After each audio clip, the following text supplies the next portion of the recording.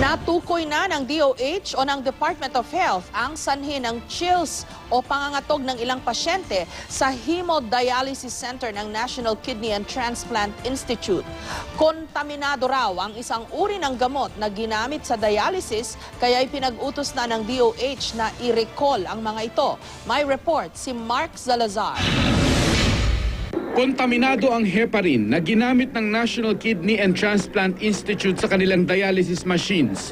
Dahilan kung bakit nangatog ang 44 na pasyente nung huling linggo ng Mayo. Ito ang lumabas sa investigasyon ng Food and Drugs Administration. We have withdrawn all of those. Lahat, hindi lang sa batch na yon or lot na yon.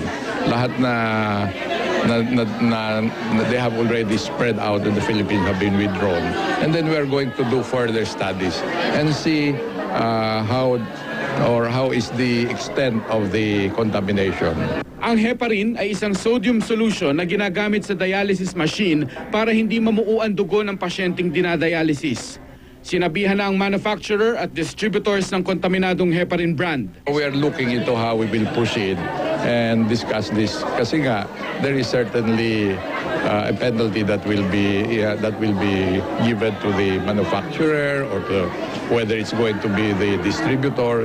Pinaka-aralan natin yun. Ayaw pang pangalanan ng DOH ang brand at manufacturer dahil binubuo pa raw ang investigasyon. Pero inaalam na rin ng DOH kung may iba pang nangatog ding kidney patient sa iba pang dialysis centers sa buong bansa bilang parte ng pag-imbestiga sa heparin brand na ito. As a matter of fact, we are also looking into other medicines that itong manufacturer nito has, approved in the Philippines, but we have to double check also to make sure that it's not just down the heparin. Simula nang buksan muli ng NKTI ang kanilang outpatient hemodialysis unit noong June 9, wala na raw silang nangatog na pasyente. Mark Salazar, GMA News.